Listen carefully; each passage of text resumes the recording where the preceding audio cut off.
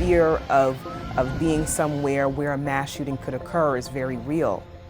Unfortunately, the number of victims of gun violence is growing every single day, not only, in these mass shootings that we see that make headlines, but in the everyday gun violence that kills Americans throughout this country.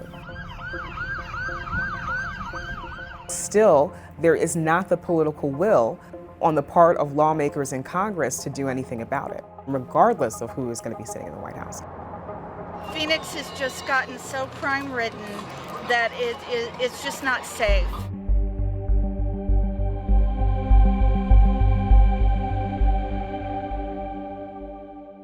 To understand where we are on crime in America today, I think we have to zoom out a little bit and start in probably the 80s or 90s, when crime rates were quite high, and we saw that a Democratic administration, Bill Clinton, signed into law pretty harsh measures in order to crack down on crime. One of the reasons that I sought this office is to get this bill.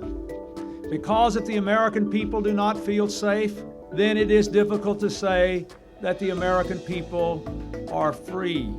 Since then, we've seen a massive decrease in crime levels in America. In the mid-teens, we saw all-time lows. But once the pandemic hit, we saw unprecedented rises in violent crime rates. So in 2020 alone, we saw a 30% increase in the homicide rate.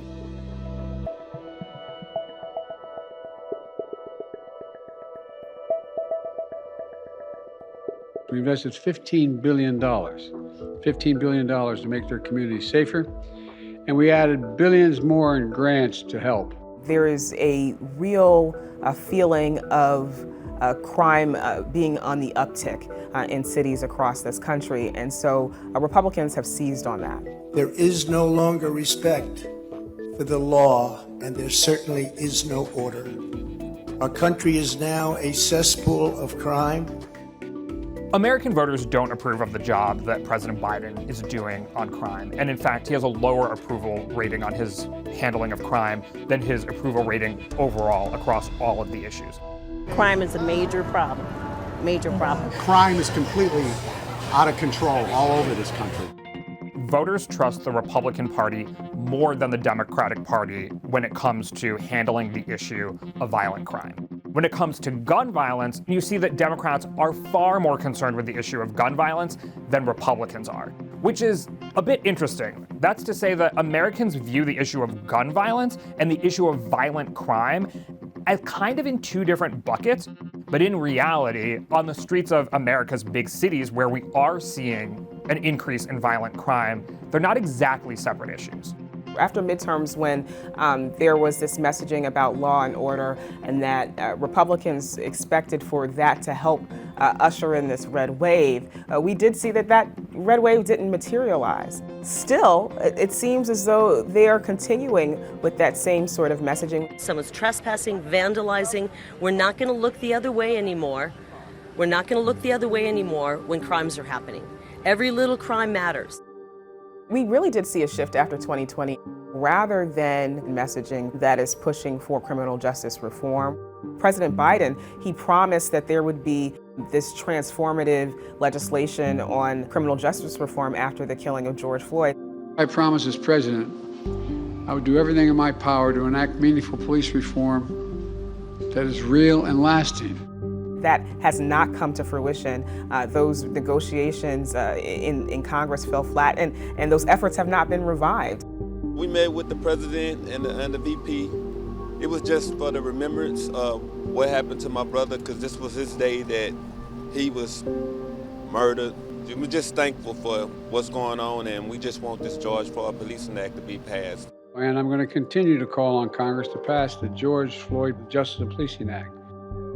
I understand why we're saying we need to abolish the police. It's not because we're anarchists. It's because we believe in human rights, and these institutions are violating human rights. When you see communities of color who are key voting blocs for the Democratic Party, there is a promise that has yet to be fulfilled. What do voters want to happen? It's complicated, but despite the protests that we saw during the summer of 2020, the police in America are popular. things like defunding the police are not as popular as increasing police funding. And we've seen that in responding to violent crime, Democrats have come around to supporting the police with more financial resources. You have to look at how close the margins are in the House and the Senate. There is no political will right now because I think, particularly for conservatives, there is really no room for those lawmakers to, take their own sort of stance on gun violence. And so in a situation and in an environment that is so polarized in which, one can be ousted from their seat in leadership for daring to work with the other side of the aisle, it is not one that is going to be conducive to passing legislation on issues that are quite divisive within the chambers.